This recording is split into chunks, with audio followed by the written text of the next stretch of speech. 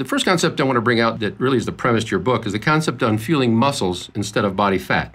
And this is central to the perspective on what we should eat. Explain to our listening audience, how does this process work in the body, and how does food affect this? That's a fantastic question, Charles. And as you mentioned, it's going to lead us to this concept of the bucket brigade that I've developed as a metaphor to help introductory students understand what is really a tough concept of how the different tissues in our body regulate how many of the calories that we're eating go into them. When you think about the different organs in the body, the brain, heart, lung, kidneys, etc., many of these tissues absorb a certain amount of calories per hour based on how much function is occurring within them in that hour. But muscle and body fat are very different. Body fat absorbs any excesses that are coming into the body. Muscle tissue absorbs calories to some extent based on how much they're used, and also to some extent based on the foods that we choose to eat.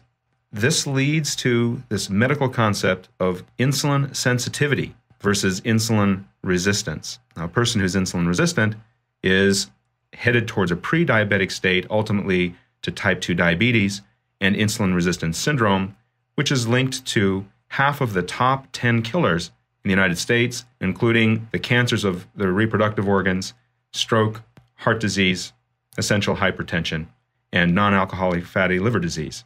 So it's a very important medical question, which when a person hears fueling muscle versus fat, the first thing they think of is, how am I going to look on the beach? I'm losing body fat, or let's fuel those muscles so I can run a marathon or get stronger in the gym. Nothing could be further from the truth. We're talking about something that is centrally important to our medical state. And so here's the essential concept. Okay.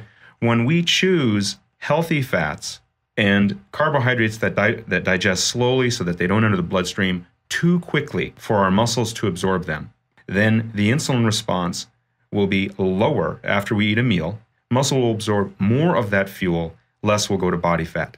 So this really interesting concept of same number of calories, but more going into muscle tissue as opposed to body fat, is how we need to move forward in the United States towards better health without going through fad dieting processes and reducing the health of our active tissues that are helping us get through our day while we're trying to lose body fat, which is going to lead us to a later topic of spontaneous versus intentional weight loss.